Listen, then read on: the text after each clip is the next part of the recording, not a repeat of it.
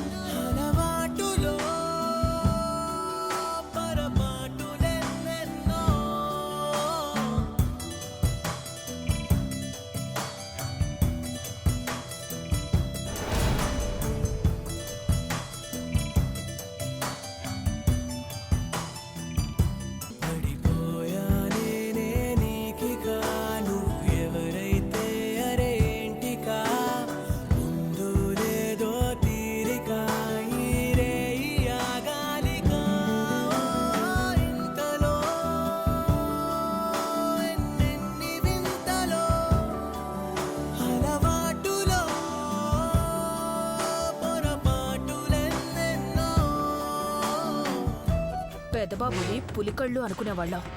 తీక్షణంగా చూసే ఆ చూపులో ఎంత తేడా వచ్చిందో చూడు. ఆ పక్కదాన్ని ఎంత ప్రేమగా చూస్తున్నాడో. పార్వతి,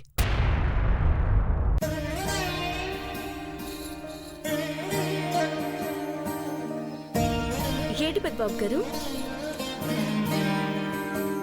అది